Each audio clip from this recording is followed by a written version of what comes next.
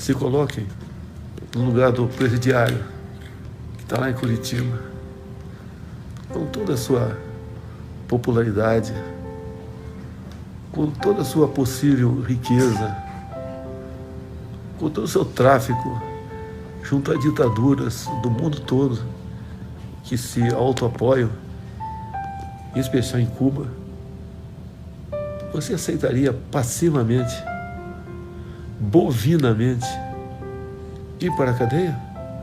Você não tentaria uma fuga? Bem, se você não tentou fugir com tudo ao teu lado, é obviamente porque você tem um plano B. Qual é o plano B desse presidiário? Oi pessoal, meu nome é Paulo Pavés e eu vim aqui hoje para tratar de um assunto muito importante. Vocês acabaram de assistir um trecho da primeira live que Bolsonaro fez do Hospital Albert Einstein. Neste trecho, Bolsonaro fala de um possível plano B do criminoso de Curitiba. Não, pessoal, não existe plano B. Eles só possuem um plano, que é o plano A. E esse plano A é vencer as eleições de qualquer forma. Pesquisas eleitorais estão sendo manipuladas. Eles causaram enorme confusão com essa história de que Lula deveria ser solto para ser candidato. A imprensa ataca Jair Bolsonaro dia e noite, sem trégua. E o ponto mais grave foi a tentativa de assassinato de Jair Bolsonaro.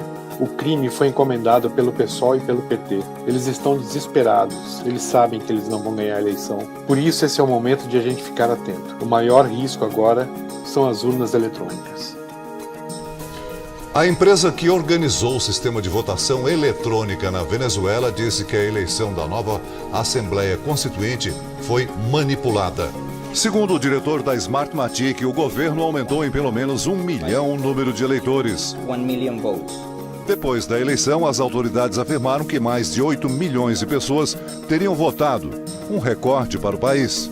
A presidente do Conselho Eleitoral da Venezuela disse que a acusação é irresponsável.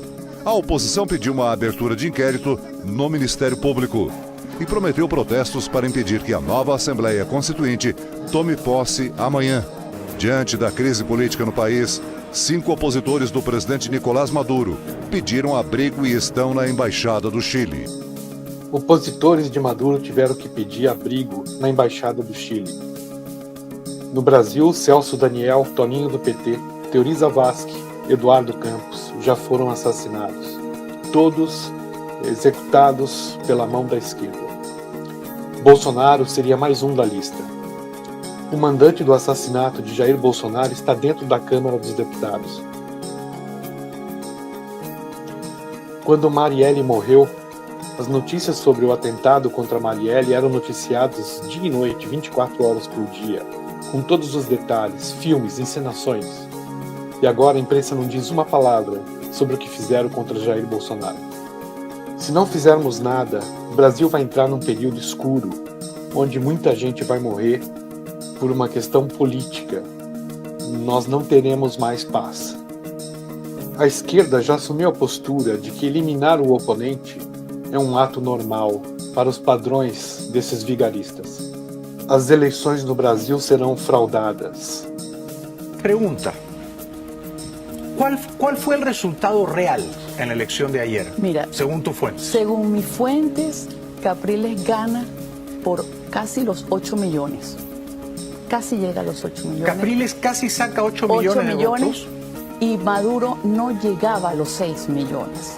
Lo que pasa es que... Espérame un poco. Es decir que Capriles, según tus fuentes, ganó las elecciones de ayer por 2 millones de votos. Sí, señor. Por 2 millones de votos. Que era la misma proyección que tenía JJ Rendón. Sí. Porque ven acá, lo que sucede es que ese manojo de fraudes y de trampas que hay en el Consejo Nacional Electoral da para eso. Pero déjame preguntarte lo que yo me imagino que se pregunta el televidente promedio. Si Capriles realmente saca casi 8 millones de votos y le dan 7.200.000, le están robando casi 800.000 votos. Casi 800. Ok. Primera pregunta, ¿cómo se le roban, de qué manera cibernética opera el fraude? ¿Cómo? Porque fíjate una cosa, no tenemos vamos a decir, todas las actas, porque esa es la verdad y hay que decirla, no tenemos todas las actas. Las auditorías ciudadanas no se han realizado. Cuando Nicolás Maduro dice, eso está listo, ya se cumplió, es mentira. O STF e a Procuradora-Geral da República, todos corruptos, esquerdistas, todos vigaristas, derrubaram o voto impresso. Eles estão preparando o caminho para a fraude. O voto impresso é uma lei de Jair Bolsonaro. Com 8 ministros contra e 2 a favor, o Supremo Tribunal Federal derruba o voto impresso nas eleições deste ano. A Corte analisou a ação proposta pela Procuradora-Geral da República, Raquel Dodge, contra a lei de 2015, que instituiu o voto impresso. Para ela, a medida proposta é um retrocesso e vai na contramão da garantia do anonimato do voto. Essa lei nova repetiu, literalmente, parte daquele texto e parece não ter eliminado os riscos ao sigilo do voto. No início da sessão, entidades que são amigas da Corte no processo usaram a tribuna para defender a impressão do voto. O relator, ministro Gilmar Mendes, criticou o voto impresso, mas entendeu que não há inconstitucionalidade na impressão e ressaltou que a mudança deveria ser implementada gradualmente. A disposição impugnadas estão sendo implementadas de acordo com a disponibilidade de recursos e as possibilidades da Justiça Eleitoral. Já assentei, portanto, que a priori eu não vejo como inconstitucional a exigência da impressão do voto.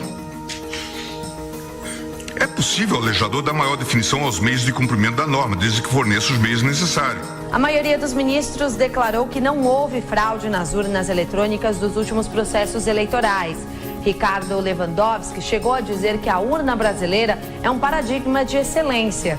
Alexandre de Moraes foi o primeiro a votar a favor da ação, alegando que existe o risco de quebra do sigilo. Mas entendo que, no caso, a opção específica retratada no artigo 59A, ela fere a sigilosidade e a liberdade do voto. Eu voto no sentido de conceder integralmente a medida cautelar pleiteada para suspender a eficácia do ato impugnado. O ministro Luiz Roberto Barroso reforçou que o medo do voto eletrônico não faz sentido no mundo atual, já que a tecnologia está presente em diversos serviços. Edson Fachin, Marco Aurélio Melo, Rosa Weber, Ricardo Lewandowski, Celso de Mello e a presidente da Corte, Carmen Lúcia, seguiram o entendimento. Ao fim do julgamento, Luiz Fux anunciou que vai revogar a licitação de 57 milhões de reais já realizadas para a compra de urnas com impressoras. O STF admitiu que não é inconstitucional a impressão do voto e usa como desculpa para derrubar o voto impresso o custo de 57 milhões.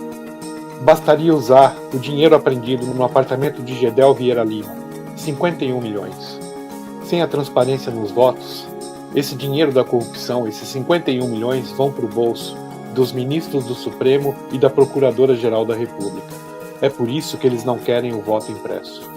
A Polícia Federal usou 7 máquinas para contar o dinheiro e mesmo assim levou 14 horas. Só terminou de madrugada.